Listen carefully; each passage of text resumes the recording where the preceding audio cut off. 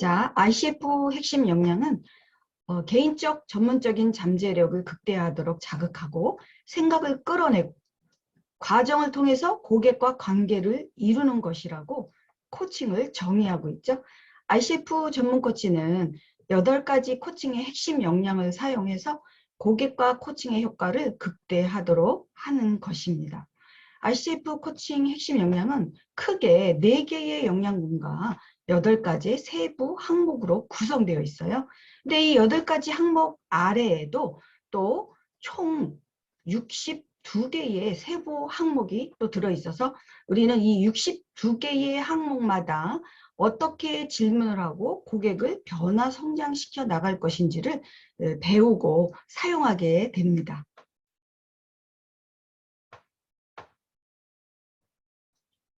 먼저 그 스킬 중에 첫 번째 윤리가 있죠. 네, ICF는 세계 145개국의 지부가 있고 그렇게 많은 나라들의 전문가들이 이 스킬을 배우고 검정 과정을 거쳐서 인증 시험을 보고 그래서 전문 코치 자격을 따게 되잖아요.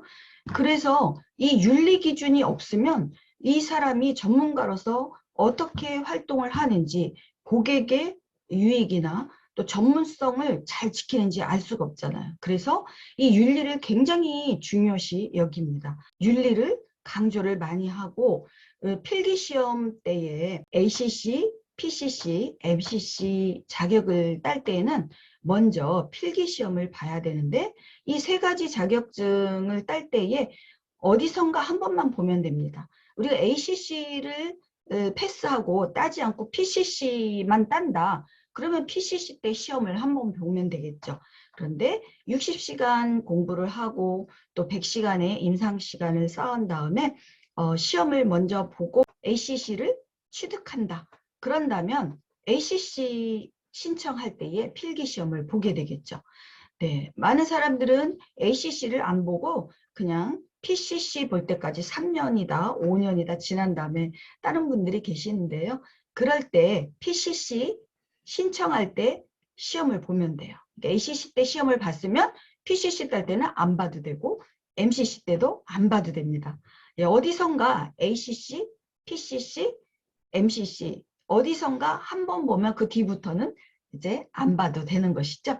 네, 그 필기 시험을 그렇게 한 번을 보는데 155문제 중에 이 윤리 문제가 가장 많아요. 전문가로서의 그 기준, 지켜야 될 부분들을 이 윤리 규정에서 아주 명확하게 제시를 하고 그것을 몸에 잘 익히고 정리가 되어 있기를 원하는 것이죠.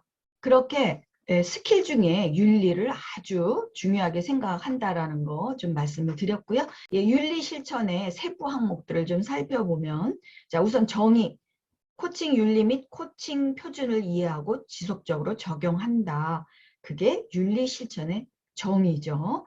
자, 여기서 7가지 세부 항목이 있는데 첫째, 고객, 스폰서 및 관련 이해 관계자와 상호작용할 때 개인적인 안전함과 정직성을 보여준다. 2번, 고객의 정체성, 환경, 경험, 가치 및 신념을 민감하게 다룬다. 3. 고객, 스폰서 및 관련 이해관계자에게 적절하고 존중하는 언어를 사용한다. 4번, ICF 윤리 강령을 준수하고 핵심 가치를 따른다. 5. 각 이해관계자와 계약들 및 관련 법률에 따라서 고객 정보를 신뢰 있게 유지한다. 코칭, 컨설팅, 심리, 치료 및 기타 전문 직업과의 차별성을 유지한다. 7. 필요한 경우 고객을 다른 전문가에게 추천한다. 네, 이 부분들에 대해서 세부적인 설명과 지침들이 윤리 기준에 있습니다. 자, 윤리 기준 한번 살펴볼까요? 자, 윤리 강령을 볼 텐데요. 우리가 코칭 과정에서 고객 앞에서 이 윤리를 나타내는 방법은 태도예요. 태도와 마인드, 또 코칭을 이끌어가는 프로세스나 고객의 목표를 이루어주는 그 메커니즘 과정 중에 그 윤리의식이 나타나게 되는 것이에요. 어떤 질문이나 피드백 등으로 나타나지는 않아요. 그런데 첫 시간에 고객을 만난 첫 시간에 윤리를 밝혀야 될 부분이 두 가지가 있어요. 이것은 한국코치협회 시험에서도 코칭 시연 대화에 이것을 말하게 하고 있고, ICF에서도 고객을 만난 첫 시간에는 이것을 고객에게 설명하고 알려라, 이렇게 말을 하고 있죠. 이 두 가지가 뭐냐면, 첫째는 비밀 서약. 고객님과 만나게 되면 우리 고객들은 그러잖아요. 내 비밀을 말하면 다 말이 퍼지는 건 아닌가? 아니면 나의 약점을 잡고 저 사람이 좀 불리한 행동을 하는 건 아닌가? 또는 다른 사람에게 알려지면 내가 불리해지는 건 아닌가 하는 불안감을 가지고 있기 때문에 솔직히 이야기하기가 좀 꺼려지잖아요. 예, 이런 부분들에 대해서 명료하게 말을 해주는 것입니다. 그래서 코칭 시작하고 조금 인사를 나눈 다음에 바로 이렇게 이야기를 하는 것이죠. 저는 코칭 윤리를 성실하게 지킬 것이며, 고객님과 나누는 이야기에 대해서는 허락 없이 절대로 다른 사람에게 말을 하지 않을 것을 약속합니다. 그러니 염려 마시고 편안하게 솔직하게 나누어도 좋습니다. 예, 이렇게 가볍게 이야기하는 것이에요. 당신이 얘기한 것을 나는 비밀을 지키겠다. 당신에게 허락을 받지 않는 한은 비밀을 지키겠다는 것이에요. 근데 어떨 때는 대화를 사례로 사용한다거나 다른 사람들에게 동기부여와 자극을 주기 위해서 사용하고 싶을 때가 있잖아요. 그럴 때는 고객님에게 허락받으면 되는 거예요. 허락을 받으면 써도 된다. 그러나 허락을 받지 않고는 써서는 안 된다는 것이죠. 예, 그 부분을 고객님에게 꼭 먼저 명료하게 알려드려야 됩니다. 자, 고객과 코칭을 하는 첫날 비밀 조약에 대해서 꼭 이야기해라. 예, 이것이 ICF가 강조하는 것인데, 두 번째 이야기해야 될 것이 또 있습니다. 예, 윤리 항목 중에 첫째 날 고객에게 이야기를 꼭 하라고 하는 것은 바로 이거예요. 고객님, 코칭에 대해서 알고 계시나요? 이렇게 물어본 다음에 잘 모르겠는데요. 그러면 이렇게 해야 되는 것이죠. 제가 코칭에 대해서 잠시 좀 설명드려도 될까요? 하고 물어본 다음에, 네, 코칭은 교사처럼 지식을 알려드리는 것이 아니고 컨설팅처럼 자료를 조사하거나 분석해드리는 일을 하는 것도 아닙니다.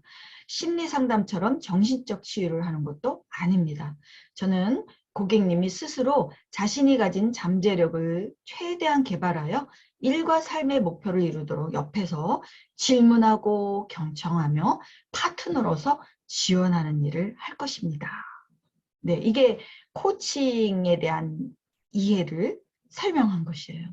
예, 사람들은 만나면 가르쳐 주는 거 아닌가, 컨설턴트처럼 자료를 막 수집해서 주는 거 아닌가, 그 부정적인 상처나 두려움 이런 것들을 해결해 주는 건 아닌가, 이런 기대를 할 수가 있잖아요. 근데 코치는 그것보다는 상대의 가지고 있는 문제를 상대가 가지고 있는 자원을 통해서 해결하도록, 스스로 답을 찾도록 질문해주고 경청해주고 피드백해줌으로써 자기가 답을 찾아 나가서 자기 힘으로 해결을 해 나가도록 돕는 사람이잖아요. 예, 그것을 명료하게 알려줘야 돼요. 그렇지 않으면 또 오해하고 잘못된 기대 때문에 제가 원하는 것은 이런 게 아니었는데 죄송합니다. 여기까지만 하겠습니다. 하고 안 할 수도 있는 거잖아요. 그래서 첫날 꼭 이 코칭이 다른 영역과 어떻게 다른지를 간략하게 설명을 해주고, 잘못된 기대로 오해가 일어나서 갈등이 벌어지지 않도록 해줄 필요가 있습니다.